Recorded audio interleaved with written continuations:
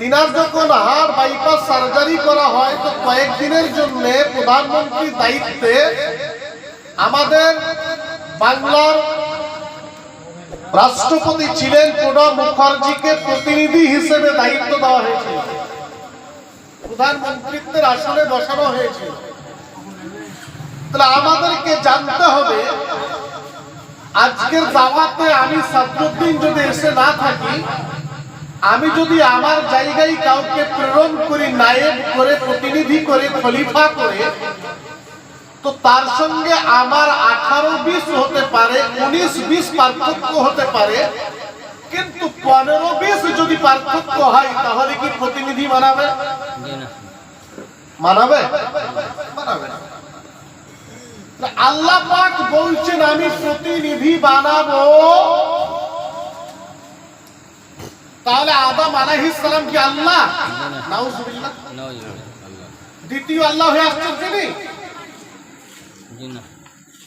তাহলে 19-20 বললাম, 18-20 বললাম। আল্লাহ পাক নিজে বলছেন আমি প্রতিনিধি বানাবো। তো প্রতিনিধি কে হবে?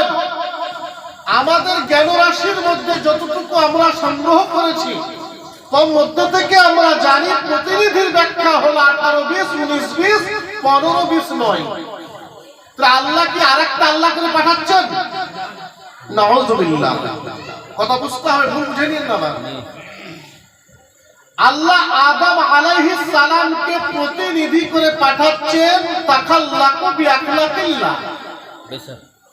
আদম আল্লাহ নয়, এটা অতি সত্য কথা।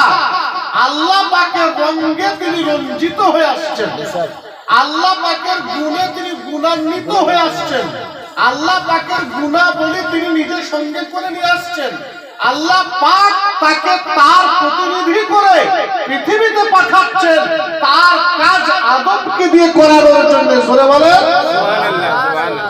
প্রতিনিধি, খলিফা ব্যাখ্যা আমার জানা মতো আমি এটুকু বুঝি। আদম আলাইহিস সালাম থেকে নিয়ে ঈসা রূহুল্লাহ পর্যন্ত 1 লক্ষ মতান্তরে আরো অনেক বেশি যত নবী ও রাসূল আসলেন সবাই এক ওয়াবে বাদ দিয়া একত্ববাদের কথা বলেছেন। কথা বুঝবেন? সবাই এক আল্লাহর কথা বলেছেন, 5টা আল্লাহর কথা কেউ বলেন। সাম্যবাদের কথা, ভ্রাতৃত্ববোধের কথা বলেছেন, কেউ ভাই ভাই মারামারির কথা বলেননি। সবাই এসেছেন আল্লাহর পক্ষ থেকে আল্লাহর পরিচয় করিয়ে দিতে। সমস্ত নবী ও রাসূল আসলেন শুধুমাত্র এক আল্লাহর প্রচার করতে, মানুষকে মূল স্রোতে ফিরিয়ে আনতে।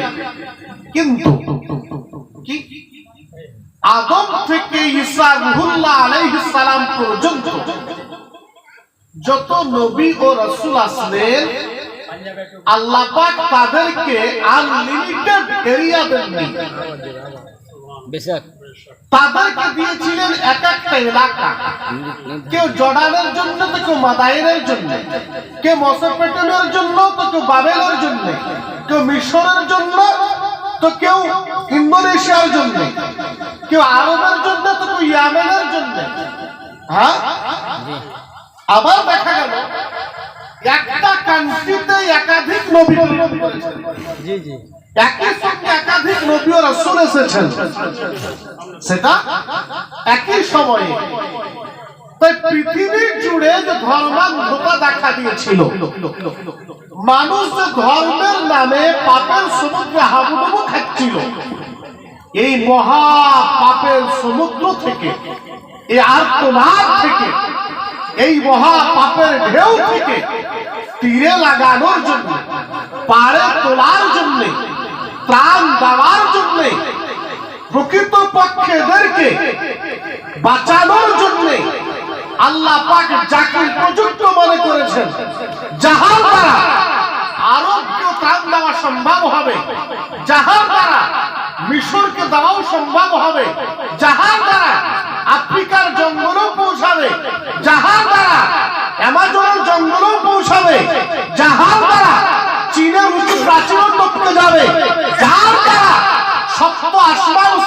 পার করে আমার খোদাই যত দূরে তত দূর পৌঁছে যাবে আলোকে নিয়ে।